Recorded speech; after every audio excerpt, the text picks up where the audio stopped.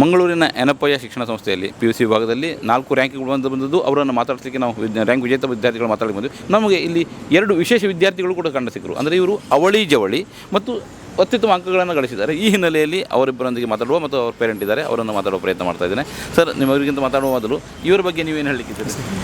ಇವರ ಹೆಸರು ಹೇಳ್ಕೊಳ್ಳಿ ಮೊದಲು. ಒಂದಿದು ಮರಿ ಮಿಶಾ ಮತ್ತೊಂದು ಆಯಿಷಾ ಮಿನ್ಹಾ. ಒಂದು ಟಿನ್ಸು ಡಾಟ್ ಅಂದರೆ ಅದು ನಮಗೆ ಒಂದು ಒಳ್ಳೆಯ ಭಾಗ್ಯವಂತಂದು ಒಂದು. ಎರಡನಾಗಿ ಕಲಿಕೆಯಲ್ಲಿ ತುಂಬ ಇದರಲ್ಲಿ ಇವನ್ SSLC ಕೂಡ ಟಾಪರ್ ಆಗಿದ್ದಾರೆ. SSLC ನಾವು ಜಾಯ್ನರ್ಸ್ ಕಾಲೇಜಿಂದ ಬಂದದ್ದು. ಸೊ ನಮಗೆ ಇಲ್ಲಿ ಕೂಡ ಸ್ಟಾರ್ಟಿಂದಲೇ ಫಸ್ಟ್ PU ಮತ್ತು ಸೆಕೆಂಡ್ PUಯಲ್ಲಿ ಒಳ್ಳೆ ಮಾರ್ಕ್ ತೆಗೆದಿದ್ದಾರೆ. ಈಗ ಡಿಸ್ಟಿಂಕ್ಷನ್ ಬಂದಿದ್ದಾರೆ. ತುಂಬ ಖುಷಿ ತಂದಿದೆ. ಇಬ್ಬರಿಗೂ ಒಂದು ಮಾರ್ಕಲ್ಲಿ ಹೆಚ್ಚು ಕಮ್ಮಿ, ಬಟ್ ತುಂಬ ಖುಷಿ ತಂದಿದೆ. ಅದೇನು ನೀವು ಇಲ್ಲಿ ಯಾರು ಒಂದು ಮಾರ್ಕ್ ಕಡಿಮೆ ಮಾಡಿದವರು, ಯಾರು ಒಂದು ಕಡಿಮೆ ಹೆಚ್ಚು ಮಾಡಿದವರು? ಕಡಿಮೆ ಮಾಡಿದ್ದು ಯಾಕೆ? ಅದು ಸಮ ಮಾಡಲಿಕ್ಕೆ ಸಾಧ್ಯ ಆಗಲಿಲ್ಲ ಯಾಕೆ? ಅದು ನಮ್ಮದು ಹೀಗೆ ಆಗ್ತಾ ಇರ್ತದೆ, ಲೈಕ್ 2-3 ಮಾರ್ಕ್ಸಲ್ಲಿ ಆಚೆ ಈಚೆ ಆಗ್ತಾ ಇರ್ತದೆ ಸ್ಟಾರ್ಟಿಂಗಲ್ಲಿ. ಸೊ ನಿಮ್ಮ ಹತ್ರನೇ ಕೇಳ್ತಾ ಇದ್ದೇನೆ, ನಿಮ್ಮಿಬ್ಬರಲ್ಲಿ ಅತಿ ಬುದ್ಧಿವಂತರು ಯಾರು?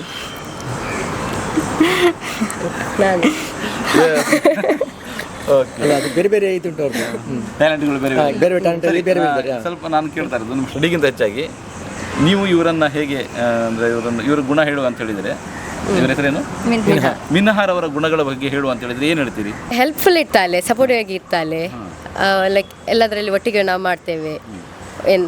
ಸ್ಟಡೀಸ್ ಆಗಿ ಬೇರೆ ಏನಾದರೂ ವರ್ಕ್ಸಲ್ಲಿ ಒಟ್ಟಿಗೆ ಮೋಟಿವೇಟ್ ಆಗಿ ಮಾಡಿ ಹೆಲ್ಪ್ಫುಲ್ ಆಗಿ ಮಾಡ್ತೇವೆ, ಸಪೋರ್ಟಿವ್ ಇದ್ದಾವೆ. ಓಕೆ, ನಿಮ್ಮ ಹೆಸರು? ಮರಿಯಮ್ ಮಿಶಾ. ಸೊ ಮರಿಯಮ್ ಮಿಶಾ ಬಗ್ಗೆ ನೀವು ಏನು ಹೇಳ್ತೀರಿ? ಅವರು 4 ಒಳ್ಳೆಯ ಗುಣಗಳನ್ನು ಹೇಳಿಬಿಡಿ ನೋಡುವ. ಅವಳು ನನಗಿಂತ ಸ್ವಲ್ಪ ಸ್ಮಾರ್ಟ್ ಇದ್ದಾಳೆ ಮತ್ತು ಕಾನ್ಫಿಡೆಂಟ್ ಇದ್ದಾಳೆ. ಮತ್ತು ನಾವಿಬ್ಬರು ಲೈಕ್ ಅವಳು ನನಗೆ ಸಪೋರ್ಟಿವ್ ಮಾಡ್ತಾಳೆ ಎಲ್ಲ ವಿಷಯದಲ್ಲಿ ಸಹ. ಲೈಕ್ ಇವನ್ ಸ್ಟಡೀಸ್ ಮ್ಯಾಟರಲ್ಲಿ ಸಹ ನನಗೆ ಹೆಲ್ಪ್ ಬೇಕಾದರೆ ಅವಳು ನನಗೆ ಹೆಲ್ಪ್ ಮಾಡ್ತಾಳೆ. ಸೊ ಅವರು ಸರಿ ಇಲ್ಲ ಅಂತ ಹೇಳುವಂತಹ ಪ್ರಶ್ನೆ ಸಮಯ ಬಂದಾಗ ಏನು ಹೇಳ್ತೀರಿ? ಮೊಬೈಲ್ ಕೊಡೋದಿಲ್ಲ. ಅವಳು ಸ್ವಲ್ಪ ನನಗೆ 3 ಮಿನಿಟ್ಸಿಗೆ ದೊಡ್ಡಲ್ಲ, ಸ್ವಲ್ಪ ಇದು ಮಾಡ್ತಾಳೆ, ನಾನು ಸಿಸ್ಟರ್ ಅಲ್ಲ ಅಂತ. ಅದು ನನಗೆ ಆಗೋದಿಲ್ಲ. ಟಾಪ್ ಮಾರ್ಕ್ಸ್ ಬರಲಿಕ್ಕೆ ಮೇನ್ ಕಾರಣ ಇವರು ಟೀಮ್ಸ್ ಅದು. ಯಾಕಂದರೆ ಇವರಿಬ್ಬರೇ ಮನೆಯಲ್ಲಿ ಕಾನ್ಫಿಡೆನ್ಸ್ ಕೇಳಲಿಕ್ಕೆಲ್ಲ ಇಲ್ಲ. ಬೇರೆ ನಮಗೆ ಸಿಂಗಲ್ ಆದರೆ ಬೇರೆ ಫ್ರೆಂಡ್ಸ್ಗೆ ಕಾಲ್ ಮಾಡೋದು ಕೇಳೋದು ಅಂತ ಇದಿರ್ತದೆ.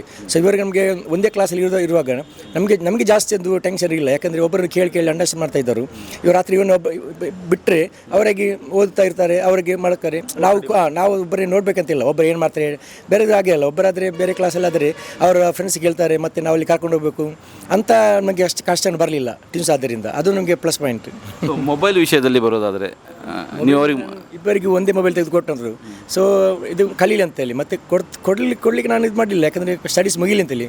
ಮತ್ತು ಈಗ ಹೆಚ್ಚಿನದಲ್ಲೂ ಮೊಬೈಲ್ ಬರೋದಲ್ಲ ಇವರ PDF ಅಲ್ಲ. ಸೊ ನಾನು ಒಂದೇ ಫೋನ್ ತೆಗೆದುಕೊಟ್ಟದ್ದು. ಆಗ ಜಾಸ್ತಿ ಇವಳು ಯೂಸ್ ಮಾಡೋದು. ಒಂದು ಆರೋಪ ಇದೆ ನೀವು ಮಾಡ್ತಾ ಇದ್ರಿ ಅಂತ. ಅಲ್ಲ, ಅವಳು ಯೂಸ್ ಮಾಡ್ತಾಳೆ ಬೇರೆ ಫೋನಲ್ಲಿ, ಇದು ಸಹ ಯೂಸ್ ಮಾಡ್ತಾಳೆ. ತೆಗೆದುಕೊಡ್ಬೇಕು ಅಂತ ಕೇಳ್ತಾ ಇದ್ದಾರೆ. ಒಂದು ಐಫೋನ್ ಪಾಸ್ ಆಗಿದೆ ಇನ್ಶಾಅಲ್ಲಾ. ಓಕೆ, ನಿಮ್ಮ ಶಿಕ್ಷಣ ಸಂಸ್ಥೆ ಬಗ್ಗೆ ಅಂದರೆ ನಿಮ್ಮನ್ನು ಹೇಗೆ ಅವರು ಟ್ರೀಟ್ ಮಾಡ್ತಾಯಿದ್ರು, ಅಥವಾ ನಿಮ್ಮ ಸ್ಟಡಿ ಬಗ್ಗೆ ಹೇಗೆ ಕೋಆಪರೇಟ್ ಮಾಡ್ತಾಯಿದ್ರು? ಒಳ್ಳೆ ಕೋಆಪರೇಟಿವ್. ಇಲ್ಲಿ ಲೆಕ್ಚರ್ಸ್ ಎಲ್ಲ ಸಪೋರ್ಟಿವ್ ಆಗಿದ್ದಾರೆ, ಕೋಆಪರೇಟ್ ಮಾಡ್ತಾರೆ. Like to be honest, friends lecturers ಅವರು ಫ್ರೆಂಡ್ಲಿ ಇರ್ತಾರೆ ನಮ್ಮ ಹತ್ರ ಎಲ್ಲ ಲೆಕ್ಚರ್ಸ್.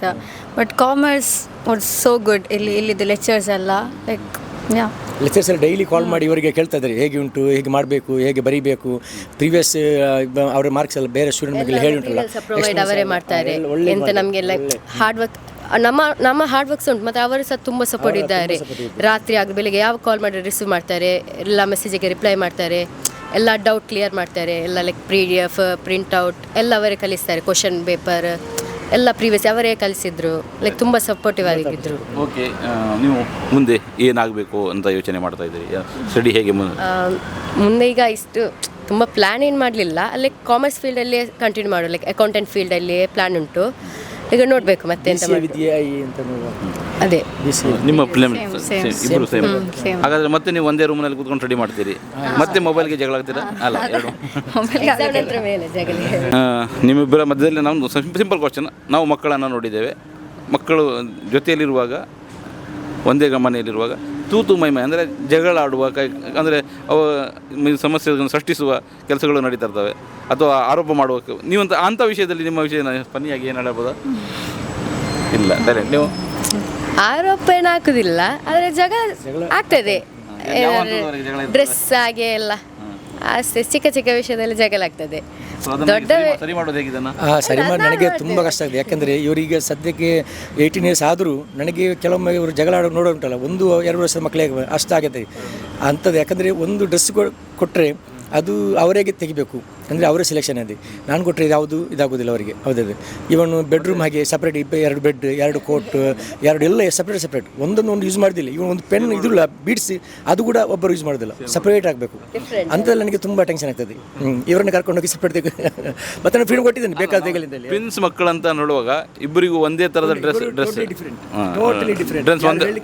ಸೊ ಮಕ್ಕಳಿರುವಾಗ, ಸಣ್ಣ ಮಕ್ಕಳಿರುವಾಗ ಸೊ ಅಂದರೆ ಈ ಡ್ರೆಸ್ ತಗೊಳ್ಳುವಾಗ ಅಥವಾ ಮೆಟೀರಿಯಲ್ ತಗೊಳ್ಳುವಾಗ ನಿಮ್ಮದು ಚಾಯ್ಸ್ ಎಲ್ಲ ಬೇರೆ ಬೇರೆನೇ ಇರ್ತದೆ. ಓಕೆ. ಸೊ ನೀವು ನಮ್ಮ ಜೊತೆಯಲ್ಲಿ ಸೇರಿದಿರಿ, ನಮ್ಮ ಜೊತೆಯಲ್ಲಿ ಮಾತಾಡಿದಿರಿ. ಇದ್ರ ಮಧ್ಯದಲ್ಲಿ ನಂದು ನಿಮ್ಮ ತಂದೆ ನಿಮ್ಮ ಜೊತೆಲಿದ್ದಾರೆ, ನಮ್ಮ ಜೊತೆಲಿದ್ದಾರೆ. ತಾಯಿ ಬಗ್ಗೆ ಏನು ಹೇಳ್ತೀರಿ? ತಾಯಿ ಒಳ್ಳೆ ಸಪೋರ್ಟಿವ್ ಇದ್ದಾರೆ, ಎಂಕರೇಜ್ ಮಾಡ್ತಾರೆ. ಓಕೆ. ನಿಮ್ಮ ತಾಯಿ ಬಗ್ಗೆ ನೀವೇನು ಹೇಳ್ತೀರಿ? ತಾಯಿ ಒಳ್ಳೆ ಕೋಪರೇಟಿವ್ ಯಾವುದಕ್ಕೂ ಇದು ಅಬ್ಜೆಕ್ಷನ್ ಇಲ್ಲ. ಅದೇ ಅವರು ಹೇಗೆ ಮಾಡಿದೆ ಅವರು ಗೊತ್ತುಂಟಲ್ಲ. ಈಗ ದೊಡ್ಡವರಾಗ ಅವ್ರದ್ದೇ ಲೇಡೀಸ್ ಅವ್ರಿಗೆ ಏನು ಬೇಕು ಅಂತ ಅವರೇ ಇದು ಮಾಡ್ತಾರೆ. ಕೆಲವೊಮ್ಮೆ ನಾನು ಇಲ್ಲ ಅವರೇ ಕರ್ಕೊಂಡು ಹೋಗ್ತಾರೆ ಶಾಪಿಂಗ್, ಅದು ಇದು, ಸ್ಕೂಲ್ ಬಗ್ಗೆ, ಕಾಲೇಜ್ ಬಗ್ಗೆ ಎಲ್ಲದಕ್ಕೂ ಕೋಪರೇಟಿವ್, ಏನು ಅಭ್ಯಂತರ ಇಲ್ಲ ಅವ್ರದ್ದು. ಅದೇ ಸ್ಟಡಿ ಎಷ್ಟು ಗಂಟೆ ಟೈಮ್ ಕೊಡ್ತಾ ಇದ್ರಿ ಅಂತ ಸ್ಟಡಿಗೆ? ನಾವು ಹೀಗೆ ಎಕ್ಸಾಮ್ ಟೈಮಲ್ಲಿ ಮಾತ್ರ ಕಲಿಯೋದು, ಇಲ್ಲದ್ರೆ ಇಲ್ಲ. ಬಟ್ ನಮ್ಮ ನಡುವಲ್ಲಿ ಲೈಕ್ ಕಾಂಪಿಟೇಷನ್ ಇರ್ತದೆ. ಅವಳು ಬುಕ್ ತೆಗುವಾಗ ನಾನು ಹೋಗಿ ತೆಗ್ತೇನೆ, ಇಲ್ಲದ ನಾನು ತೆಗುವಾಗ ಅವಳು ಹೋಗಿ ಬುಕ್ ತೆಗ್ತಾಳೆ. ಅಲ್ಲಿ ಕಾಂಪಿಟೇಷನ್ ಆಗ್ತದೆ. ನಮಗೆ ನಮ್ಮಿಬ್ಬರಲ್ಲಿ ಕಾಂಪಿಟೇಷನ್. ಅಲ್ಲಿ ನಾವು ಒಟ್ಟಿಗೆ ಆಗಿ ಕಲಿತೇವೆ, ಯಾವುದು ಟಾಪಿಕ್ ಕಲಿಬೇಕು, ಯಾವುದು ಕಾನ್ಸೆಪ್ಟ್ ಕಲಿಬೇಕು, ಯಾವುದು ಬೇಡ, ಹಾಗೆ. ಸೊ ನೀವು ಟಾಪ್ ಮಾಡಬೇಕು ಅಂತ ನಿಮ್ಮಿಬ್ಬರಲ್ಲಿ ಎಕ್ಸಾಮ್ ಲೈಕ್ ಇರುವಾಗ ಫುಲ್ ಹಾರ್ಡ್ ವರ್ಕ್ ಆಗಿ ಕಲಿತೇವೆ, ಎಂತ ನೋಡೋದಿಲ್ಲ, ಅದು ಎಂತ ಬಿಟ್ಟು ಕೊಡೋದಿಲ್ಲ, ಫುಲ್ ಕಲಿತೇವೆ. ಕೆಲವೊಮ್ಮೆ ನನಗೆ ಹೆದರಿಕೆ ಆಗ್ತದೆ. ರಾತ್ರಿ ಅಂದರೆ 12-1 ಗಂಟೆ ಆಗುವಾಗ ಇವರು ಓದ್ತಾ ಇರ್ತಾರೆ. ನಾನು ಹಾಗೆ ಹಾಕಿದೆ. ಇವು ಲಾಸ್ಟ್ ಎಕ್ಸಾಮ್ ಬರುವಾಗ ಇವರಿಗೆ ಟೆನ್ಷನ್. ಮತ್ತು ಮೊದಲೆಲ್ಲ ಕಲ್ತರೆ ಅದು ಇದು ಜ್ಞಾಪಕ ಇರೋದಿಲ್ಲ. ಮತ್ತು ಎಕ್ಸಾಮ್ ಟೈಮಲ್ಲಿ ಲಾಸ್ಟ್ ಒಂದು ಎಕ್ಸಾಮಲ್ಲಿ ವರ್ಕ್ ಮಾಡೋದಿಲ್ಲ. ಲೈಕ್ ಎಲ್ಲ ಸಬ್ಜೆಕ್ಟನ್ನು ಫುಲ್ ಕ್ಲಿಯರ್ ಮಾಡ್ತೇವೆ, ಕಲಿತೇವೆ. ಎಲ್ಲ ಎಲ್ಲಿಗೆ ಹೋಗೋದಿಲ್ಲ, ಫುಡ್ ಎಲ್ಲ ಕಂಟ್ರೋಲ್ ಮಾಡಿ ಇದು. ಯಾಕಂದರೆ ಅದರ ಒಂದು ಫುಲ್ ಫೋಕಸ್ ಮಾಡ್ತೀವಿ. ಸರಿ, ನಿಮ್ಮ ಹಾಬೀಸ್ ಲೈಕ್ ಕುಕ್ಕಿಂಗ್, ಡ್ರಾಯಿಂಗ್ ಎಲ್ಲ ಲೈಕ್ ಇರ್ತದೆ. ಆಲ್ರೌಂಡ್ ಆಗಿ ಬೇಕಿಂಗ್ ಹಾಗೆ ಇರ್ತದೆ. ಹಾಬಿಗಳ ವಿಷಯದಲ್ಲಿ ಇಬ್ಬರದು ಸೇಮ್ ಇದೆಯಾ? ಇಲ್ಲ ಡಿಫರೆಂಟ್. ನಿಮ್ದೇನು? ನನಗೇನು ಹಾಬಿ ಇಲ್ಲ. ನಿಮಗೆ ಹಾಬಿ ಇಲ್ಲ? ತಿನ್ನಲಿಕ್ಕೆ ನಾನು ಮಾಡಿರೋದು ತಿನ್ನುತ್ತಾರೆ. ಡ್ರೈವಿಂಗ್ ಅಲ್ಲ, ಡ್ರೈವಿಂಗ್, ಸ್ಕೂಟರ್, ಕಾರ್. ಈಗ ಕಾರ್ ಇದು ಮಾಡ್ತಾರೆ. ಒಂದು ಕಾರ್ ತೆಗೆದು ಕೊಡ್ಬೇಕು ನೆಕ್ಸ್ಟಿಗೆ, ಒಂದು ಕಾಲೇಜಿಗೆ ಹೋಗಲಿಗೆಲ್ಲ ಕಾರ್ ಸ್ಟಡಿ ಮಾಡ್ತಾ ಇರ್ತಾರೆ. 18 ಆಗುವ ಮೊದಲೇ ಅವರಿಗೆ ಗಾಡಿ ಬಿಡ್ತಾ ಇದ್ರು. ಈಗ ಇನ್ನೂ ಲೈಸೆನ್ಸ್ ಮಾಡಿ ಕೊಡಬೇಕು. ಓಕೆ.